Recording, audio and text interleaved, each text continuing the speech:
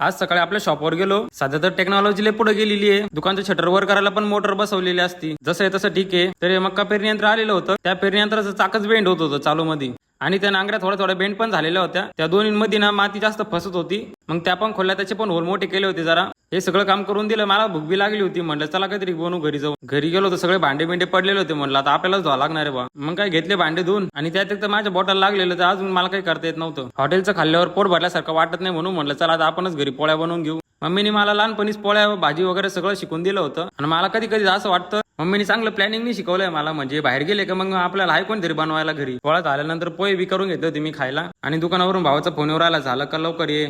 मला पोहे बनवता बनवता बोर होत होतं. मग सगळं पिक्चर पाहता पाहता सगळं बनवून घेतलं. आणि ही मूवी कोणती आहे कमेंट मध्ये नक्की सांगा. मग आपल्या शॉपवर गेलो, परत हे वेल्डिंगचं काम परत हातात घेतलं भाऊ. आणि मला सगळे बोलतो तुला वेल्डिंग करू करू जेवार नाहीत का. काय करू मित्रांनो, आवडती मला वेल्डिंग करायला, म्हणून मी वेल्डिंग करत असतो. बरं तुम्ही आपल्या चॅनलला लाईक आणि फॉलो करून घ्या. आपण भेटूया नेक्स्ट ब्लॉग मध्ये.